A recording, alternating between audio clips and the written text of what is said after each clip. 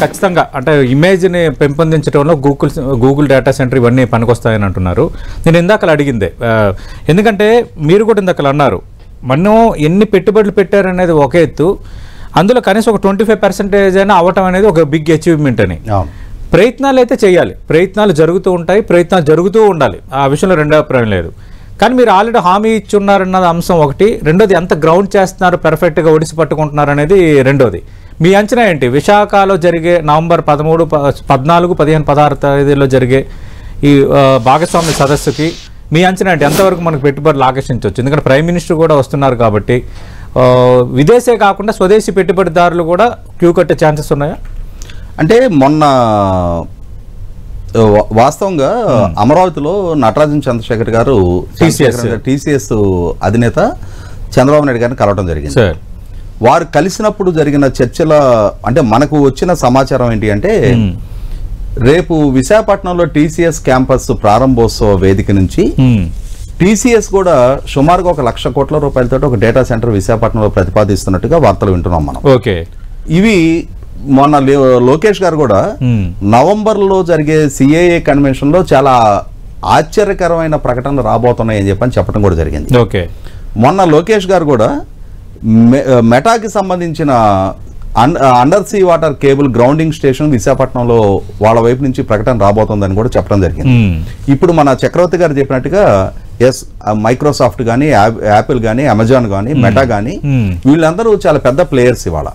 ఇప్పుడు మనకందరికి మొన్న Google data centre కి సంబంధించి ఢిల్లీలో 14వ తారీఖు రోజు ఈ ఒప్పందం ఖరారు ఉదయం పూట వరకు మనకందరికి ఉన్న సమాచారం డేటా సెంటర్ మీద $10 బిలియన్ ఇన్వెస్ట్ చేయబోతున్నారు అనుకున్నారు. కానీ ఆల్ ఆఫ్ సడన్ వాళ్ళు లార్జెస్ట్ ఆర్టిఫిషియల్ ఇంటెలిజెన్స్ సెంటర్ కూడా కలుపుకొని, అంటే అదర్ దాన్ డేటా సెంటర్ తో పాటుగా $15 బిలియన్ ప్రతిపాదన రావడం జరిగింది. కాబట్టి ఏంటంటే నేను అనుకోవటం ప్రభుత్వ పరంగా కొంత కాన్ఫిడెన్షియాలిటీ మెయింటైన్ చేస్తున్నారు. అంటే దానికి ప్రధాన కారణం కూడా మనం ఇందాకే మాట్లాడుకున్నట్టుగా లోకేష్ గారు 2-3 సార్లు అమెరికా పర్యటనకు వెళ్ళొచ్చినా కూడా ఎందుకు వెళ్ళొచ్చారు, ఎవరితో మాట్లాడుతున్నారు అనేది వాళ్ళు దాన్ని రహస్యంగా నట్టిపెట్టారు. కారణం ఏంటి అంటే ఇప్పుడున్న ఒక ఆరోగ్యకర పోటీ నేపథ్యంలో వివిధ రాష్ట్రాల మధ్య పెట్టుబడులు సాధనకి పోటీ పడతా ఉన్నారు. అదే సందర్భంలో అమెరికా దాటి ఒక దేశాన్ని వాళ్ళు చూజ్ చేసుకోవాలి అనుకున్నప్పుడు వివిధ దేశాల మధ్య కూడా పోటీ ఉంటుంది. గూగుల్ ని మా దేశానికి రప్పించుకోవాలి అనే ప్రయత్నంలో చాలా దేశాలు కూడా పోటీ పడతాయి. అటువంటిప్పుడు గూగుల్ నుంచి వాళ్ళు అమెరికా దాటి ఒక పెట్టుబడి పెట్టాలి అనుకుంటున్నారనే సమాచారం వీళ్ళకి అందినప్పుడు దాన్ని సుసాధ్యం చేసుకునే ప్రాసెస్ లో కొంత కాన్ఫిడెన్షియాలిటీ ఎలా అయితే మెయింటైన్ చేశారో రేపు నవంబర్ 2వ వారంలో జరిగే 2-3 వారాల్లో జరిగే విశాఖపట్నం సిఏఏ కన్వెన్షన్ లో ఇంకా చాలా బ్లాస్టింగ్ న్యూస్లే ఉంటాయి. వాటిలో ప్రధానంగా వచ్చేటప్పటికి రాయలసీమ ప్రాంతంలో ప్రతిపాదిస్తున్న ఏరోస్పేస్ కి సంబంధించి కూడా చాలా ఆశ్చర్యకరమైన ప్రకటన రావడానికి ఆస్కారం ఉంది. ఇప్పటికే మనం చూసాం చాలా మేజర్, మనం గతంలో ఇప్పుడు చక్రవర్తి గారు అన్నట్టుగా 1000 కోట్లు 5,000 కోట్లు అనేది చాలా భారీ పెట్టుబడిగా పరిగణించేవాళ్ళం. అటువంటి స్థితి నుంచి వాళ్ళ 1,85,000 కోట్ల రూపాయల గ్రీన్ హైడ్రోజన్ ప్రాజెక్ట్ ఎన్టీపీసీ వాళ్ళ ద్వారా, అలాగే వాళ్ళ 161,000 కోట్ల రూపాయల ఆర్సెలర్ మెటల్ వాళ్ళ క్యాప్టివ్ పోర్ట్ తో కూడా కలుపుకొని, అలాగే బీపీసీఎల్ రిఫైనరీ 95,000 కోట్లు, రిలయన్స్ వాళ్ళది బయోమాస్ ప్రాజెక్టు అంటే వాళ్ళు 500 ఒక్కొక్కటి 130 కోట్లు ఖరీదు చేసి 500 బయోమాస్ యూనిట్లు ఎస్టాబ్లిష్ చేస్తామని చేస్తున్న ప్రతిపాదన. అంటే ఇవి మనం ఎప్పుడు ఇంత వాల్యూమ్ మనం ఊహించింది కాదు. గత టెన్యూర్ లో 2014-19 మధ్య కాలంలో ఆనాటికి అంటే అతి పెద్ద ఎఫ్డిఏ అనుకున్నాం కియా, భారతదేశంలోకి వచ్చిన అతి పెద్ద ఎఫ్డిఏ కియా ఆంధ్రప్రదేశ్ లో గ్రౌండింగ్ అయింది అనుకున్నాం మనం. ఇవాళ చూస్తే లక్షల కోట్ల ప్రతిపాదనలు వస్తా ఉన్నాయి.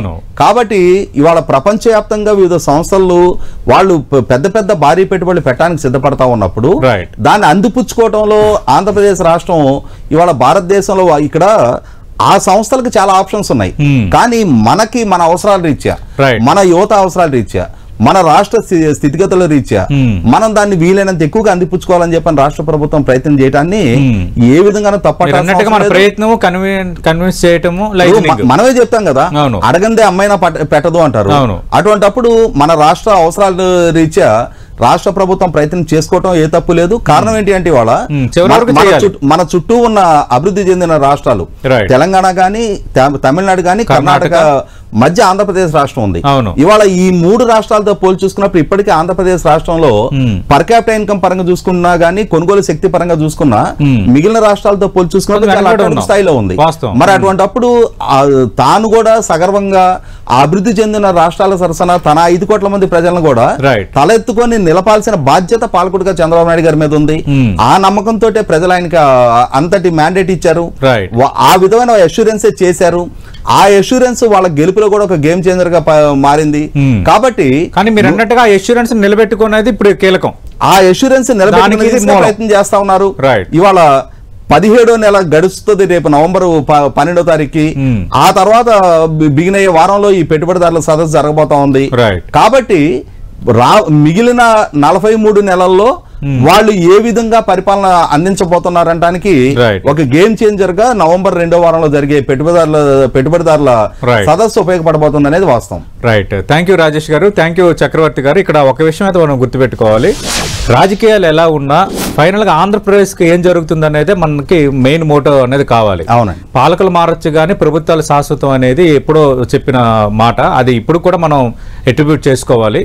ఖచ్చితంగా ఈ ప్రయత్నాలన్నీ సఫలీకృతం అవ్వాలి. ఆంధ్రప్రదేశ్కు భారీగా పెట్టుబడులు రావాలి, దాని ద్వారా ఉపాధి అవకాశాలు పెరగాలి అన్నది పెర్ క్యాపిటల్ ఇన్కమ్ కానీ అన్ని రకాలుగా గతంలో అక్షర క్రమంలో ఆంధ్రప్రదేశ్ మొదట్లో ఉన్నట్టు అభివృద్ధి క్రమంలో కూడా ముందు స్థానంలో ఉండాలని మనం మనస్ఫూర్తిగా కోరుకుందాం రాజేష్ గారు. ఖచ్చితంగా ఆ సదస్సు రోజు కూడా మళ్ళీ మనం మాట్లాడుకుందాం ఆ రోజు. ఎందుకంటే ఒక షాకింగ్ ప్రకటనలు కూడా ఉండబోతున్నాయని మంత్రి నారా లోకేష్ చెప్పారు కాబట్టి మీరు ఒకటి లీక్ ఇచ్చారు, ఇంకా చాలా ఉండబోతున్నాయి కాబట్టి ఖచ్చితంగా వాటి ఇంపాక్ట్స్ ఏంటి, ఎలా జరగబోతుంది అనేది కూడా మీతో పాటు నిపుణులతో మనం ఇన్ డీటెయిల్గా మళ్ళీ మాట్లాడుకుందాం.